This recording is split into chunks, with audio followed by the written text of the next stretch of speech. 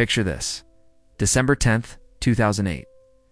A man who once sat on the board of the NASDAQ stock exchange, former chairman of that prestigious institution, calls his two sons into his Manhattan apartment. With tears in his eyes, he tells them something that will destroy thousands of lives and rock Wall Street to its core. It's all been a lie. One giant Ponzi scheme.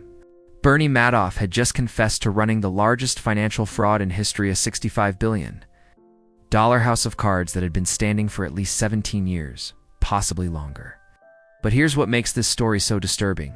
It wasn't hidden in some offshore account or buried in complex derivatives. The red flags were everywhere. Whistleblowers had been screaming about it for years. The Securities and Exchange Commission had investigated him multiple times and walked away satisfied. In this video, you're going to learn how one man fooled everyone from Hollywood celebrities to Holocaust survivors, from the SEC to sophisticated hedge funds, and why his impossible returns should have been obvious to anyone who bothered to do the math.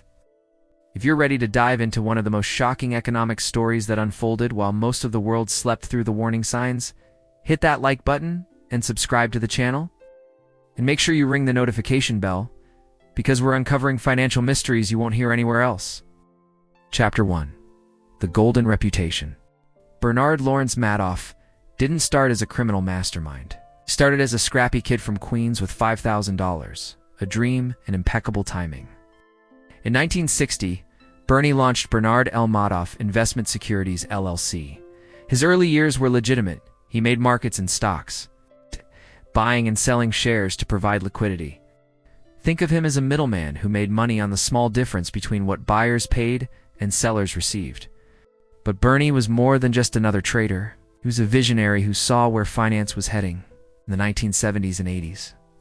While most trading still happened on physical exchange floors with people shouting and waving papers, Bernie pioneered electronic trading. He helped create the NASDAQ, the world's first electronic stock exchange. His firm became one of the top market makers on Wall Street, handling up to 5% of all trading volume on the New York Stock Exchange. His reputation was bulletproof. He served as chairman of NASDAQ's board of directors. He advised the SEC on market regulation. Yes, the very agency that would later fail to catch him. He was invited to speak at financial conferences. Other firms studied his technology. When Bernie Madoff spoke, Wall Street listened. This sterling reputation created the perfect cover for what came next. Because alongside his legitimate trading operation, Bernie was running something else entirely, an investment advisory business that promised steady, reliable returns in both good markets and bad. The setup was deceptively simple.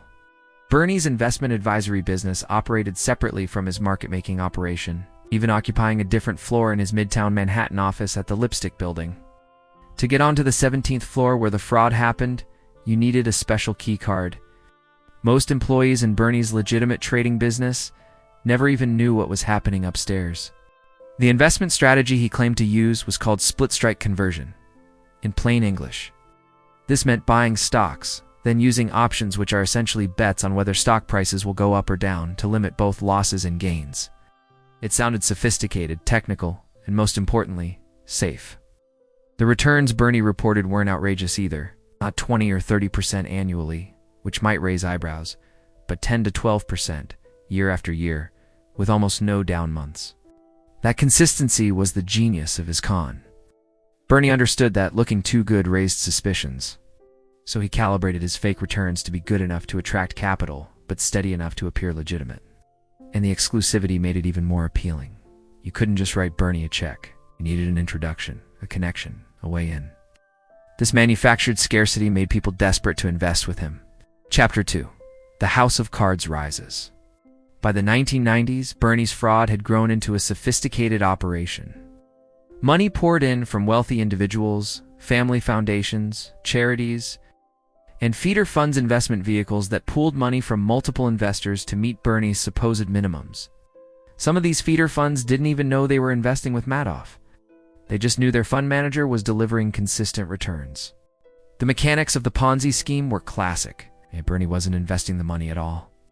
When investors wanted to withdraw their funds or collect their returns, he simply paid them with money from newer investors. As long as more money came in than went out, the scheme could continue indefinitely. For nearly 2 decades, that's exactly what happened.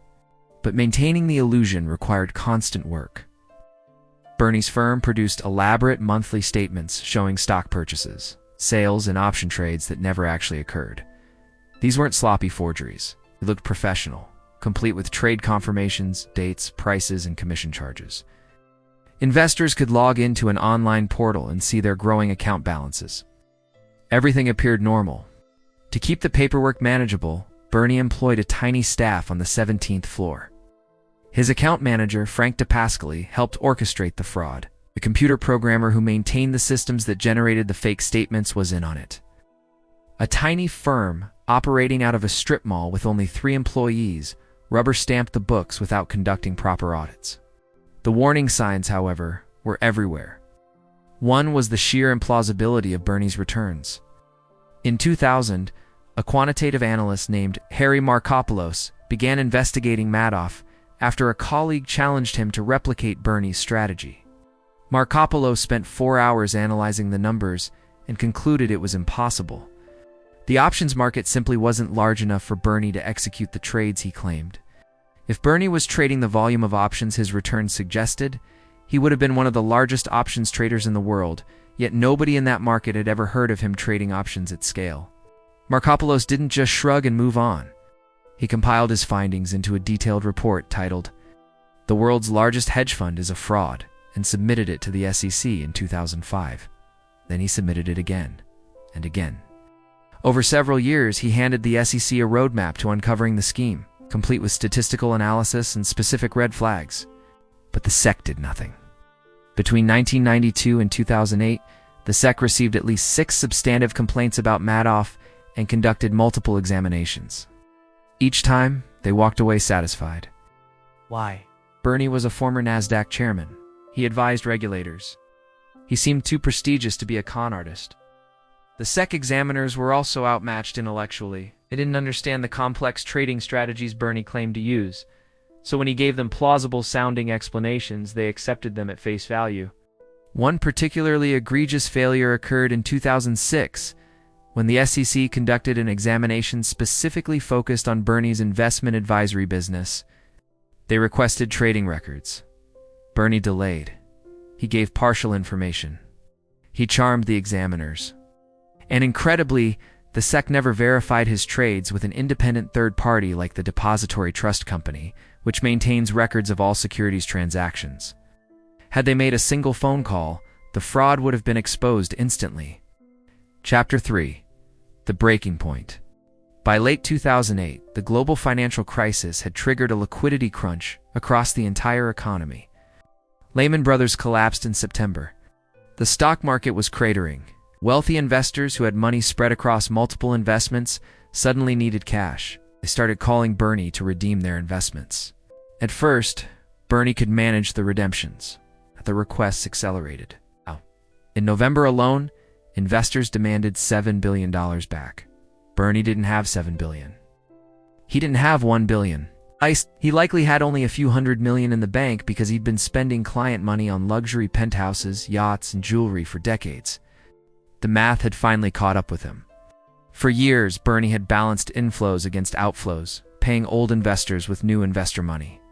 But when redemptions exceeded new investments, the Ponzi scheme's fundamental weakness was exposed. There was no actual money. It had all been an accounting mirage. On December 10, 2008, Bernie called his sons Mark and Andrew to his apartment. His brother Peter, who was chief compliance officer at the firm, was also there. Bernie's voice cracked as he confessed. Everything was fake. The investment advisory business was entirely fraudulent. He estimated the losses at $50 billion. His sons were devastated. Mark and Andrew both worked at the legitimate side of Bernie's firm and had no knowledge of the fraud. They consulted with a lawyer, and the next morning, they did what they believed was right. They called the FBI. Within hours, federal agents arrested Bernie at his apartment. He reportedly answered the door in his bathrobe and asked, "Are you here for me?" When they asked if there was an innocent explanation, Bernie replied, "There is no innocent explanation." The confession made international headlines within hours. Investors around the world suddenly realized their wealth had vanished.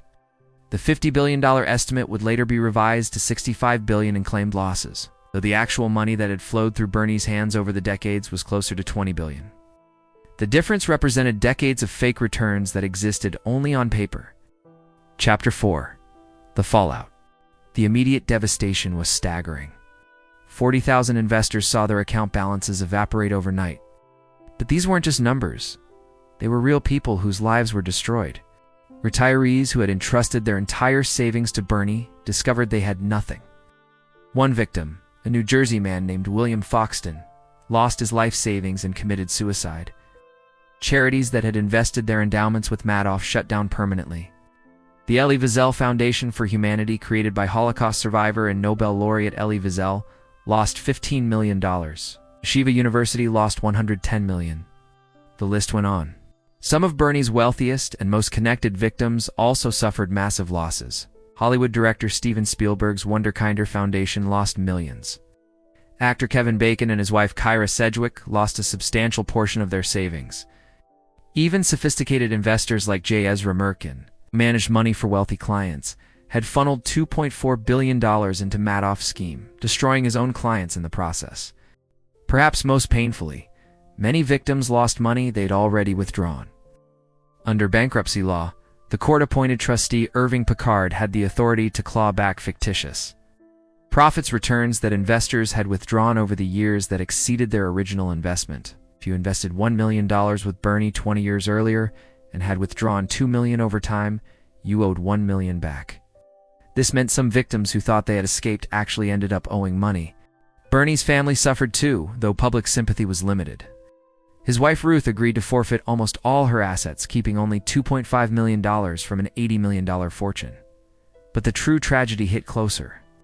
Mark Madoff, Bernie's older son, hanged himself on December 11, 2010, exactly 2 years after his father's arrest.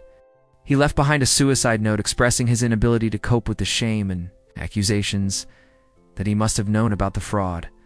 Bernie pleaded guilty to 11 federal felonies on March 12, 2009, including securities fraud, mail fraud, wire fraud, money laundering, and perjury. On June 29, Judge Denny Chin sentenced him to 150 years in federal prison, essentially a life sentence for the 71-year-old defendant. Judge Chin called Bernie's crimes extraordinarily evil and noted they represented a breach of trust on a scale rarely seen. Chapter 5. The Aftermath. Bernie Madoff died in prison on April 14, 2021, at age 82 from kidney disease.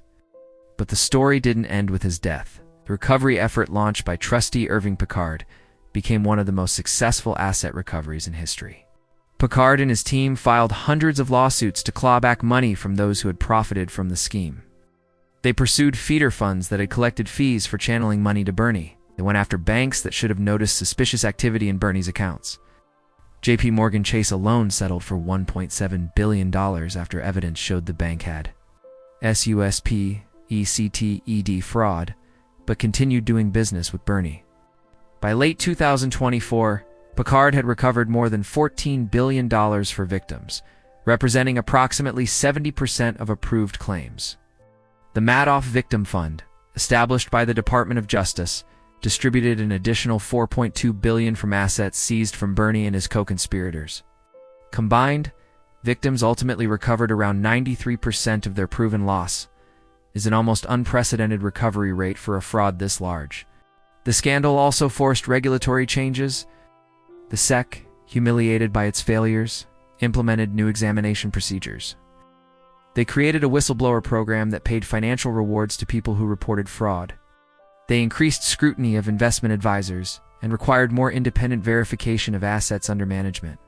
But the deeper lesson went beyond regulation. The Madoff scandal revealed how much of the financial system operates on trust rather than verification. Investors assumed that Bernie's reputation, his NASDAQ chairmanship, and his connections meant he was legitimate. The SEC assumed that a respected figure couldn't be running a massive fraud. Auditors assumed they could trust Bernie's representations without independent verification. Everyone assumed someone else had done their homework. Nobody had. And that collective failure allowed a 17-year crime spree to continue until it collapsed under its own weight. Chapter 6.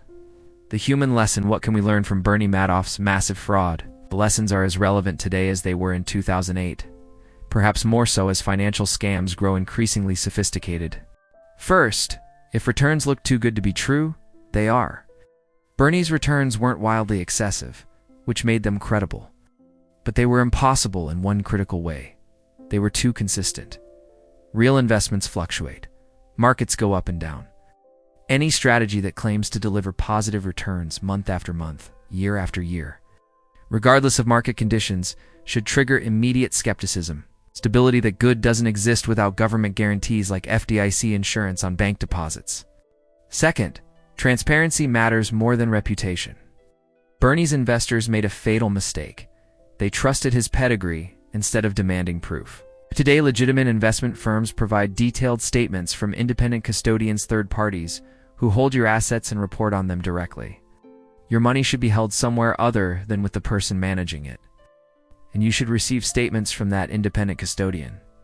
If your money manager is the only source of your account information, you're vulnerable to fraud. Third, exclusivity is a red flag, not a benefit. Bernie weaponized the human desire to be part of an exclusive club. People felt privileged to invest with him, which made them less likely to ask hard questions. In reality, any investment opportunity that requires special connections or creates artificial scarcity deserves extra scrutiny, not less. Fourth, regulators aren't infallible. SEC had multiple opportunities to catch Bernie and failed every time. This doesn't mean regulation is useless. It means you can't outsource your personal responsibility to protect your assets. Just because an investment is registered with regulators or the manager has prestigious credentials doesn't guarantee safety. You need to do your own due diligence. Finally, diversification isn't just about spreading money across different stocks, it's about spreading it across different custodians, strategies, and managers. Many of Bernie's victims had diversified portfolios in the traditional sense, but they'd given Bernie control of too much of their wealth. When he fell, they fell with him. The Madoff scandal remains the gold standard of financial fraud, not because Bernie was particularly clever, but because he exploited the perfect storm of reputation, exclusivity, plausible returns, and regulatory failure. He showed us that fraud doesn't require complex schemes or offshore accounts. It just requires people willing to trust without verifying. Today, similar schemes still emerge. They wear different disguises: cryptocurrency platforms promising guaranteed returns, multi-level marketing opportunities, private investment clubs with secretive strategies. But the anatomy remains the same. Too good returns, lack of transparency, reliance on reputation over verification, and a sense of exclusivity that flatters investors into submission. The next time someone offers you an investment opportunity that seems too perfect, too steady, or too exclusive, remember Bernie Madoff sitting in his Midtown Manhattan office, generating fake statements for 17 years while regulators and sophisticated investors nodded approvingly. Remember that $65 billion in wealth evaporated because people forgot one simple rule: trust, but verify. If stories like this, where we uncover the economic events that shaped our world while most people weren't paying attention, fascinate you, please like this video and subscribe to the channel. Because we're just getting started with these financial, educational mysteries.